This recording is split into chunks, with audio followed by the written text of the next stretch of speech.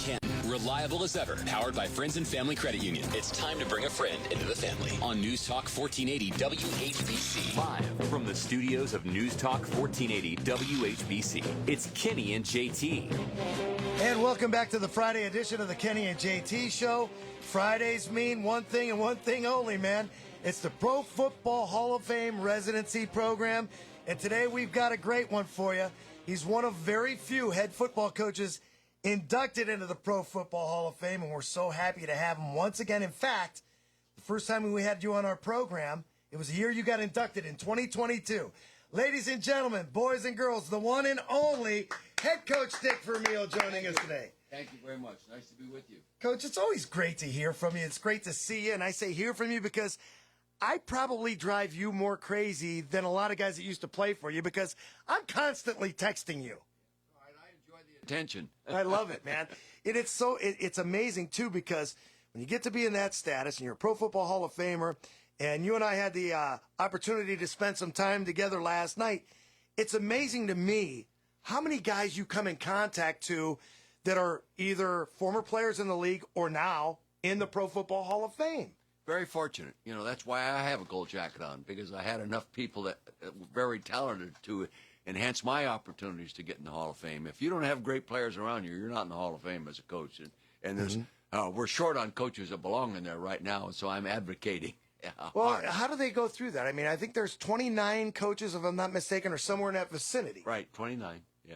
So do we know who's next in line? Do you have anything to do with it? Well, Mike Holmgren was the coach selected to go in, but with the new voting process, all three categories are voted the same. A coach is not separate from the senior, the contributor, and the coach all won. Okay. And none of them got 80%. Wow. Because dividing 50 votes and trying to get 80% in any one category, they didn't get it done. So Mike Holmgren didn't get in. Mike Holmgren obviously came back to Cleveland. He was helping things out here. He didn't coach here, but he was in charge of everything. So we kind of have an idea, but we remember Holmgren from his time at Green Bay, obviously. Oh, yeah, Seattle. And Seattle as well, too. Yeah. And it's amazing, too, because when you talk about guys like that, had you coached with any of the other coaches that are in the Hall of Fame now? Well, Sid Gilman, George Allen, Bill Walsh. We all worked together at one time or another. Because we always talk about these trees, and I think about Dick Vermeil, I think of Marks. And sure. Al Saunders. Okay. All these guys. Bud Carson.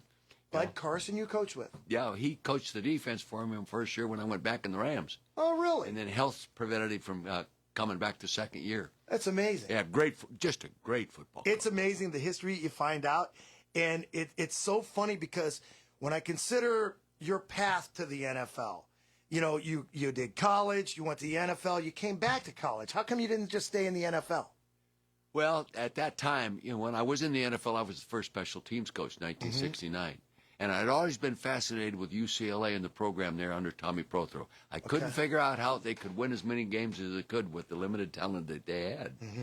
So when I had the opportunity, invited to go back and be his offensive coordinator, I left as special teams coach job. Marv Levy took it. Okay. And I went back there to learn from him, like going to graduate school, and I learned a lot. Wow. Then he was hired to take George Allen's place the next year, so I went back to the Rams as an offensive coordinator for him. Yeah. You're talking about some guys with some history. It doesn't get any better in these parts. And Marv Levy at Buffalo, I mean, we all remember those years. Oh, yeah, you bet. He's hanging in there at a little over 100 years old. That's outstanding. Outstanding. I watched this short documentary the other day, and it's a football life, and it was a story of Dick Vermeil. And I wrote this down because I made sure I didn't want to forget it. And I wanted to start right here because your wife, Carol, said you're crazy in a way. Well, I am, probably. I had a crazy passion for the game and the people in it. It caught up with me when I was younger because I couldn't turn it off, and I didn't know how to, and I actually didn't want to. And it caught up with me, so I left coaching. And I thought maybe one day I'd go back, but I waited 14 years to go back. I had opportunities to go back. And fortunately for me, the Rams had talked to me about each time the job was open to come back and coach. And I finally did. So I appreciate Georgia, who has since passed, and, of course, John Shaw, the president of the team, and Jay Zigman gave me the opportunity to come back. And the first year was really tough. but I surrounded myself with really real veteran coaches. We had the oldest coaching staff, but we were all grandfathers, you know, and it really paid off. And then I got Mike Martz my last year there, and he put the frosting on the cake for the offense, and off we went. We won it all. I went home. I thought it was over.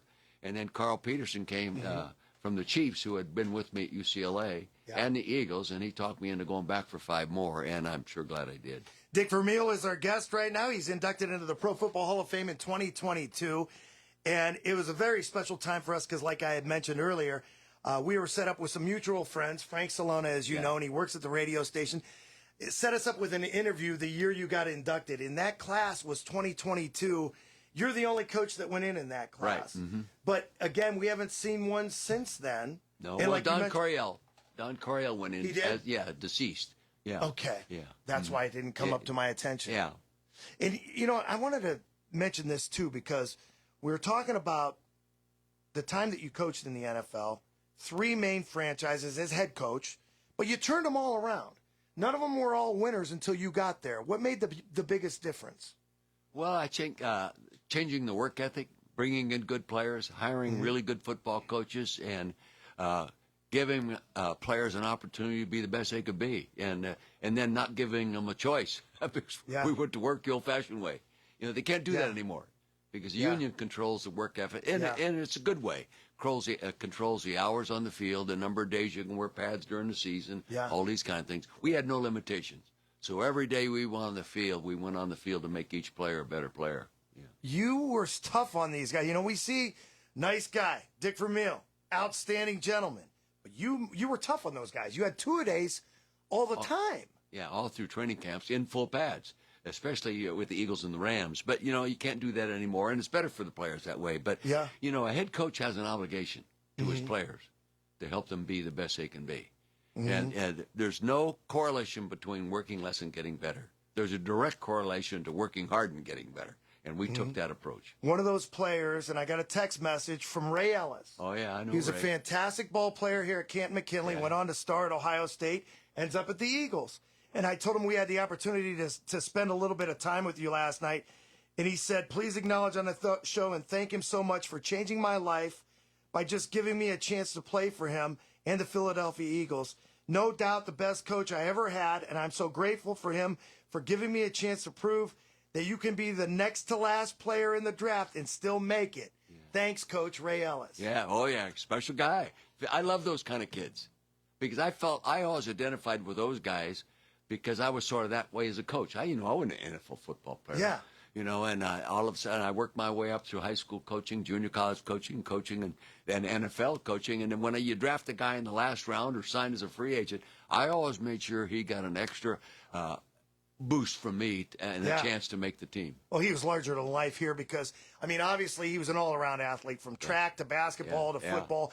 Everyone in the state knew Ray, and he got the opportunity to play at a team that you beat in college. Yeah. Thanks a lot. When you were at UCLA, you beat Woody Hayes and the Buckeyes in the Rose Bowl, didn't you? Right, yeah. My team did. I didn't. I was standing there watching them play. Get there they without played good awfully coaching. well. Dick Vermeil, our guest right now.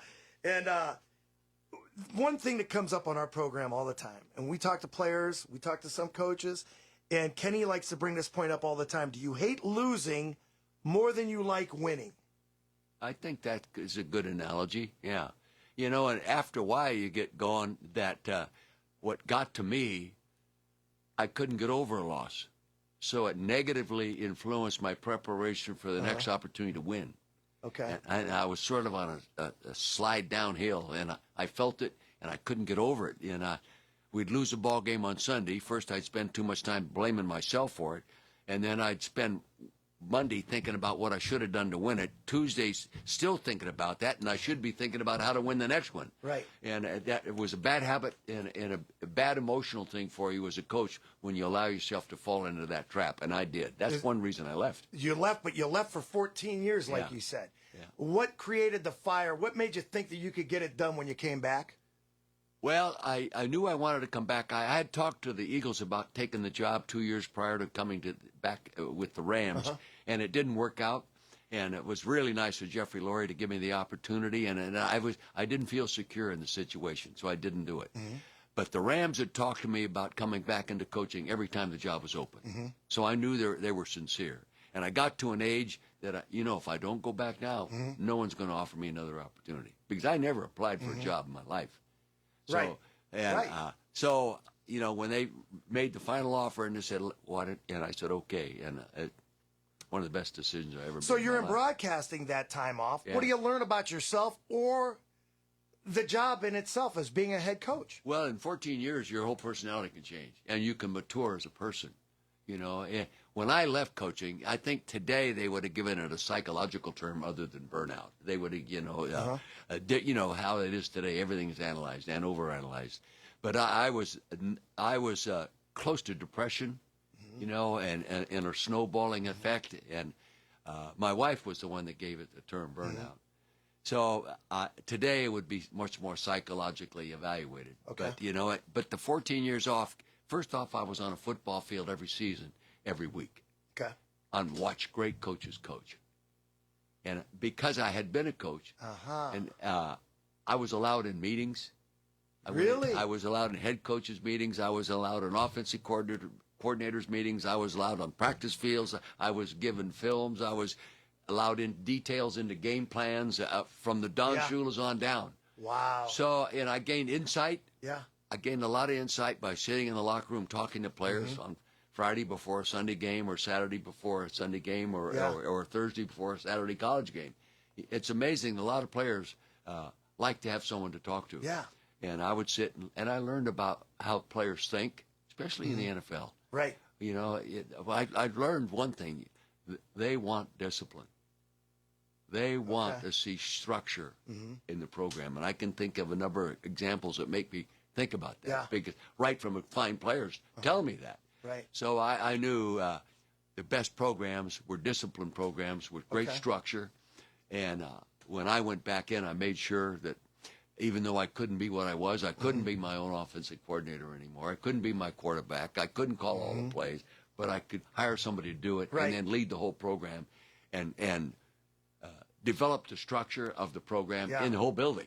Okay. Develop the discipline, the structure, the practice routines, the efforts that we work with, the kind of players we keep on the roster, the kind of players we draft. As a head coach, I had control of those things. It's amazing too because we have Coach Vermeil on the program today. Coach, how much did the game change during the time that you weren't coaching though? A lot. But fortunately, I was watching it, but not coaching it. But I saw it happening. The game became more wide open, and the players got bigger.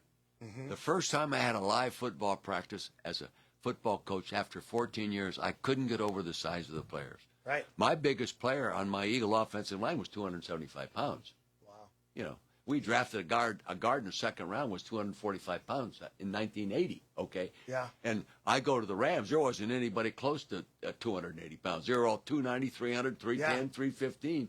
And I thought, my God, we're going to be a great football team. I'm thinking we're the only guys that big. Wrong. Everybody was that big and better. Fast, speed. Oh, yeah, amazing. And the coaching, I think, got far more sophisticated. Defensive coordinators were doing a lot more on the defensive schemes. Offensive coaches were doing more with formation variations, movement shifting, audibles, check with me's, and all this kind of stuff. The whole game opened up a lot. Right. And then our offense grew. Yeah, we have four Hall of Famers on offense. And Mike Martz came our third year there and took with the package we developed and the routine and added great things to it. And it really lit up the whole league. Yeah. It lit up everyone Greatest got show on excited about turf. that. They wouldn't call that for nothing. No, we also have to say we scored 11 touchdowns that year with the offense watching the game. Defense and special teams. Really? Yeah, Frank Gans was an unbelievable football coach, a special teams coach, best ever. And we were great special teams. And our defensive scheme, we intercepted a lot of passes. Yeah. Scored with them. And so we were fortunate. Yeah. Coach, were you one of these guys, wake up in the morning, leave Carol at home, go to work all day, sleep in the office at night, get home at 5, 6 o'clock in the morning for another hour and start it all over again? My first term with the 7 years with the Eagles, I got so I was sleeping in the office 4 days a week, Monday, Tuesday, Wednesday, Thursday. And at my last year there, I think I went home on Thursday nights around 10 o'clock. But it's an hour drive to get home. It's an hour and a half drive to get there, and half an hour to get home at night, the time you go home. So you'd get more sleep. Okay. And so I'd go to bed 3 o'clock in the morning in my office, and still you work, still get 4 or 5 hours of sleep because you get up, you're right there. Yeah, I can remember one time, God bless Ken Hyman, he has since passed. Played 16 years in the league, and he was my assistant coach, assistant offensive line coach. And one day we had an 8 o'clock meeting, and he walks in late, and I said, Ken, you're late. He said, Coach, how can I be late? I slept in my office. I never said you're late to anybody after that. I was so nervous yesterday. I'm getting ready to pick you up and go to dinner. I'm thinking, what if he's one of those coaches that if you're not 5 minutes early, you're late? No, Is that you? I used to be a little bit like that way. See? Now I'm late more often than I am on time. Read my text. 6:30-ish. I'll pick you up. No. Yeah, right. I'm not as hung up on that stuff anymore. And I believed in the process and all those kind of things. Yeah. I wasn't a big fine guy. So I probably fine players fewer dollars. First off, because once you get them going, they don't break any rules. Yeah. But you got to get them to like each other too, though, right? Yeah. Oh, yeah. I worked hard at all of that kind of stuff, especially when I came back the second time. Oh, that's how we create culture, and we'll ask you more about that. That's a term that's sort of has moved on into everybody's. You know why? Everybody's approach to the game now. We're going to develop a culture. We use culture because our team 60 minutes up the road has been so bad for so long. Yeah. It's the thing that everybody wants to point to. Yeah. We need to develop culture so they can start winning. You got to get more talent. Yeah. And that's why I wanted to push off into this direction. And I'm going to ask you what you've been doing during the residency and everything else. But we're 2 weeks away from the draft. And we basically touched on, and we're going to ask you about the Kurt Warners and everybody else, the Torrey Holtz. But when the draft comes up, and Dick Vermeil's the coach, are you involved? Did you make all the selections? Did you have a general manager saying, Dick, you need to take this guy, don't take that guy? And you're like, no, I'm taking Isaac Bruce. How did that work? My first 2 jobs, I had 51% vote. The final decision was made by the head coach. Okay. Now, I utilized everybody's input. I wasn't stubborn and said I know more than everybody else, but I would use their input and to make the final decisions. When, like, we went and got Orlando Pace. Why? I broadcast a lot of his football games when he was playing Ohio State, and I kept saying to myself, they don't make many like this guy. He's a freak. Right. Big, great athlete at 330 pounds. I said, I can't. So I go back into coaching, and he's at his draft year, and we have the 6th pick in the draft. I move up with Bill Parcells and get his first pick and give enough to get it, so I could get Orlando Pace, because as soon as I went back, I said, I'm going to go get that guy. Yeah. Because they just don't make many of them like it. Do we build it from the inside out? Do we start with the offensive, defensive line, and then fill in the skill position players? Well, at that time, I thought I had a quarterback. And Tony Banks, a second-round pick, had played pretty well as a rookie. So I went, I love the big people. They're very important to success on both sides of the line of scrimmage. If you don't have those guys, then your quarterback isn't very good. Okay. Right. And that was proven in the last Super Bowl. Okay. If your offensive line not very good and the defensive line is good, your quarterback isn't any good. You had great quarterbacks. Yeah. From Jaworski, obviously, to Kurt Warner. I want to ask you about Kurt Warner and Trent Green. Because now what we think of is, okay, well, if Bledsoe doesn't go down, maybe we never heard of Tom Brady. Yeah. Could we say the same about Kurt Warner if Trent Green wouldn't have got injured? Probably. Yeah. Because Kurt was designated the backup quarterback. He was the 3rd quarterback the year before. He ran the scout team offense, our opponent's offense against our defense all week long. The thing that I learned in that coming back was not being your own offensive coordinator, not calling all the plays on the practice field and working with the quarterback on it. You see more. So you're always free to watch what's going on. And when our offense was running our own offense against our opponent's defense, I was in the offensive side. When our defense was on the field against the opponent's offense, I was in the defensive secondary. Right. And I kept watching our defense play, and I kept seeing these balls completed all the time. Come on. I walk off the field, I'd say, this kid can play, or else our defense takes it, because the ball never touches it. He just riddles our defense. So I had a good impression of it. Yeah. So I wasn't surprised he could play well. I was surprised he could play as well as he played. Right. Yeah. I mean, they're practice players, they're game players. Yeah. When was it apparent to you that this kid's got to start. He's got to take over for Trent Green when he came back from injury. Yeah. Because then they used to say that you shouldn't lose your starting place to an injury. Yeah. Well, see, I was there then. I left the Rams after that winning year. You're I went watching. home. I'm going home, be with my grandkids and do these other things with family. Okay. And which I really felt I was missing out on. But Trent came back and played, and then I go back in coaching one year, so I trade for him and bring him with me to Kansas City. Yeah. And he proved me right. First year was a little tough. He tried to be too aggressive. He tried to, And then the second year on, he played as well as any All-Pro quarterback Wow. did. Yeah, he played great. Our offense was as good as anybody's offense. It was in many ways as good as our 99 offense for the Rams, but we ran the ball more. Right. Because we had Priest Holmes, we had an unbelievable offensive line. We had 3 Hall of Famers in the front 7 of the offensive line. That's unreal. And 2 All-Pros. So it it's probably either number 1, number 2, or number 3 offensive line, best in the history of the NFL. That's unreal. Yeah. Dick Vermeil is our guest right now, part of the Pro Football Hall of Fame residency program. Mentioned that you got into town, 2 days ago, right? Right. I drove in Wednesday. Yeah. So what do they have you doing?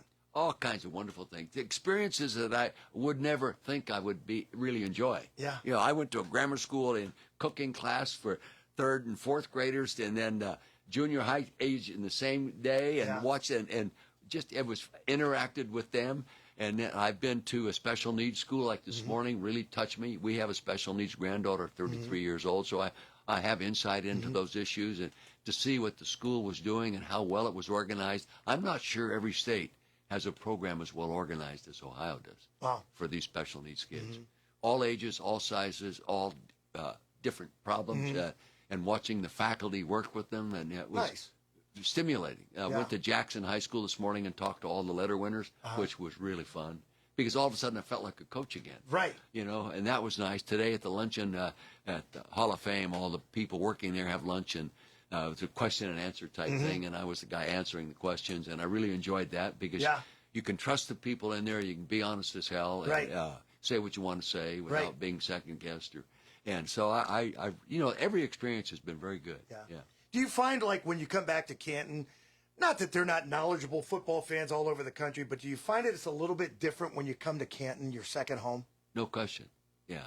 What stimulated me is I walked in the Hall of Fame, and I saw pictures of myself on the wall. Yeah. I said, holy mackerel, I am in the You're a movie star, man. No, I said, my God, I am in the Hall of Fame. I can think of some coaches I believe ought to be in there before me, and they're not, and it bothers me. But walking in there and seeing a picture on the wall back here like that, and then going down and see your bust in that, it's a holy mackerel. So it makes you feel like you're in your second home. It's outstanding. Oh, yeah, they do a wonderful job. You've been coming to the Hall of Fame ever since before you were inducted, because some of your players are already in. Bill Walsh, Sid Gilman, all these guys and players. You bet. I've been here many times and enjoyed it. That's how I met Frank. Well, everybody knows Frank. You said it last night. So actually, the first time I came here, one of the first times I came here as a guest speaker. Okay. For one of the big luncheon events they have with surrounding the Hall of Fame, and I was the guest speaker. So I met Frank then, and then every time I came back to see others, I made sure we got to spend time together and go out and have dinner and a glass of wine together. It's outstanding. Yeah, outstanding guy, and he loves so much what he does. He really does. He's been a volunteer. It takes I think 4,000 volunteers to put on just what they do during Hall of Fame weekend, the big festival and everything. And Dick Vermeil is our guest right now, a big part of this thing. What do you think of the changes that you've seen at the Hall of Fame since you've been coming? I mean, it never sleeps. It never rests. No, well, Jim Porter told me when I went in and visited with him, and he's new too. He was new then, coming in, that he was going to do everything he could in his leadership position to make sure the Hall of Fame is run in a way that the Hall of Famers know the Hall of Fame is for them. We're not in business other than making a home for the Hall of Famers. Yeah. And I think he's done a real good job of that. He's really emphasized that move. And I'm not saying someone else didn't. This is going to be his approach, and what he told me he was going to do, he's done. Yeah. Well, it's like you say, you win with good players, you win with good people. They've done a great job over there, and we couldn't be happier that they let us be part of this residency program, because we've said this many times on the program. being part of this community for my entire life. I'm 62 years old now. Yeah. I can remember when they built the Hall of Fame. Well, I can't remember. I was a baby. But I mean, Yeah. I can remember almost every one of the festivals and all the parades and everything.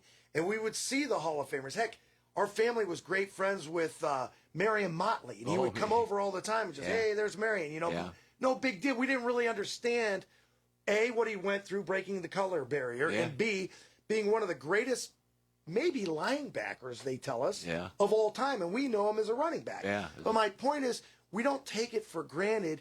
But a lot of times that we would just see you guys in a parade. Oh, there's Dick Vermeil. There's a high. There's a wave.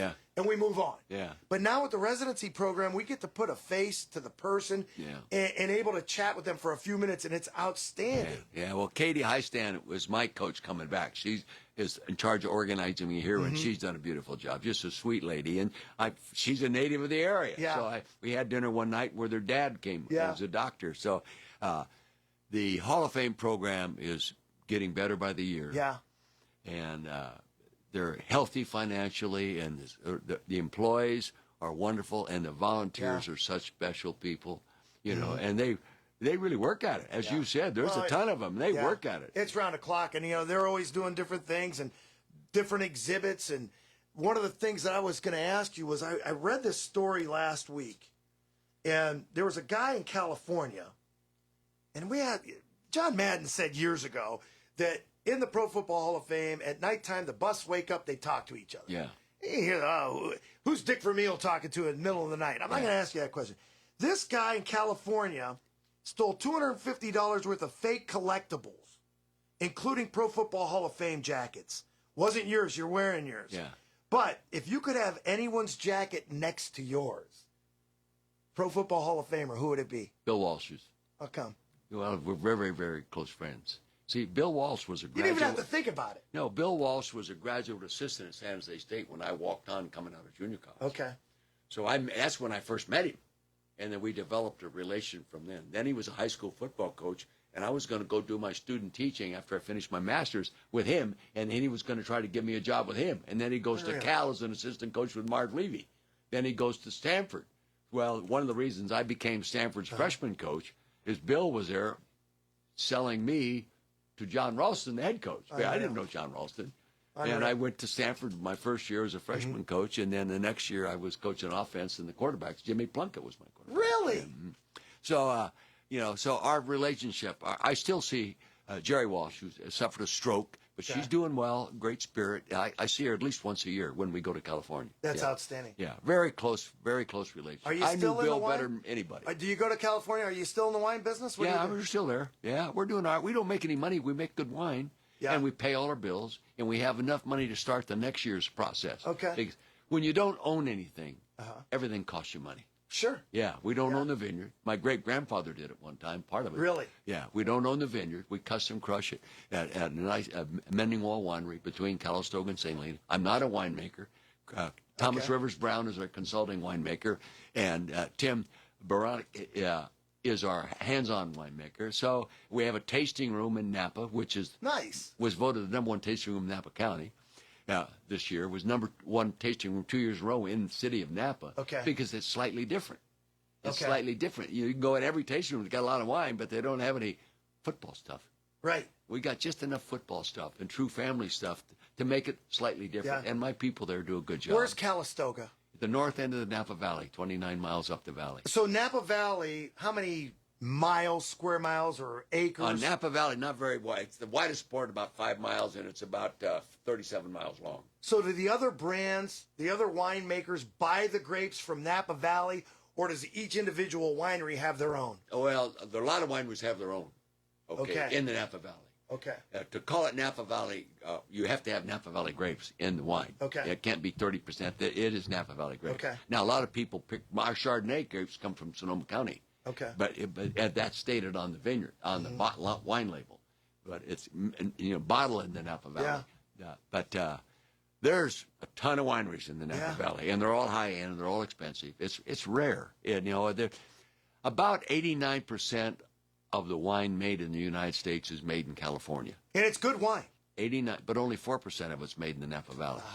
That's why it's so expensive. Are you a wine snob? No, I'm a wine drinker. I'm not a wine drinker. No, I'm not. I was raised on my grandfather's homemade wine. Okay. I guarantee you there's people in Canton even probably make their homemade wine. Absolutely. Especially the old Italian families. Yeah. Make their own wine. And I've had a lot of homemade wine. And but I know what I like. Yeah. And it's not based on how much it costs. It's how much I like it. And I always say that to people. Our wines, our Cabernets are $165 a bottle. For us, we're proud that, in fact, it competes favorably with wines much more expensive. Okay. But we won't let it get in that range. Okay. That's not our goal. Okay. Our goal was to make wine that people could enjoy and for the most part, afford. Outstanding. But a lot of people can't. A lot of people don't buy a $165 bottle of Cabernet. Absolutely. But we don't make much of it. Yeah. We have 3 different main red wine labels in Cabernets, and 95 cases of one and 110, 115 cases of the other two. Yeah. And we sell it out. We sell it out. But it's kept me close to my roots. And it's given me something to do, and it's kept me close to contact with Calistoga, my hometown. Yeah. What do they have in common? Making a good wine or building a good football team? Number one, you have to have good grapes, and you have to have a great head coach, because there's nobody making poor wine in the Napa Valley. I recruited Thomas Rivers Brown. He has probably produced more 100-rated wines in the Napa Valley than anybody in modern times. Okay. He's a vet. He didn't want to come at first. Mm-hmm. But I recruited him for 2 years and finally got him to come. And he's our consulting guy. When you put his name on the label, they know you got Bill Belichick, okay? You got the top guy. And then it's his process that makes the wine. And he hires the winemaker he wants to make our wine at the winery he owns part of. And he has his own label, too, called Rivers Marie. And it's outstanding little winery in Calistoga. Originally, my partners with all the money thought of owning their own winery and buying their own vineyard. When they started looking at what it really cost, they decided not to custom crush in a winery and get the grapes, all the grapes from Frediani Vineyard, which I was born into. So that's outstanding, Coach. We appreciate you taking some time with us today. Oh, fun! Where do they have you going to next? Let's see. Tonight I go to the theater here. Okay. They're having a thing, the Three Stooges thing. At the Palace. Yeah. Yeah, it's a film festival. Yeah. So I'm going with them for a little while. I'm going to have dinner with Kathy Holmgren here at 5 o'clock. She did all my photos. Okay. And she also made me a great big, what I call a coffee table book. It weighs about 40 pounds. I think it has 113, 14 pages in it. Full of pictures. It's absolutely a beautiful work of art. And we spent 2 years putting it together. Good. So I get to share a glass of wine with her tonight at 5 o'clock. Well, that's outstanding. Thanks again for joining us. We always appreciate your time. Thanks for putting up with me, Frank, and everyone else in the Hall of Fame City, because quite honestly, I can't think of anybody I'd rather have on the program than Coach Dick Vermeil. I appreciate that. You're outstanding, and we wish you continued success. And next time you got to promise, you bring Carol with you. If I'd have known, if I'd really taken the time to question how I was going to be used, she would have come. Because she would have enjoyed the experiences. She would have enjoyed it. But she thought she would have to sit in the room where I go around and do football things. Gotcha. I did not do a good job of evaluating the use of the time here. And Katie did a great job. And I was skeptical. Yeah. Even now, our first thing is going to a grammar school and watch kids cook. I think, what the hell's a football cook? I really enjoyed it. So anyway. Well, Coach, we love having you. You're welcome anytime. And when you come, are you coming back for the Hall of Fame Festival this year? Oh, yeah. In August? Well, we'll catch up with you then. Well, you know how to call me. We sure do. Thank you. We sure do. Coach Dick Vermeil is our guest today. We're going to get a break in right now. And we come back with more of the Kenny and JT Show right after this. It's Kenny and JT on WHBC. WHBC AM Canton, reliable as ever.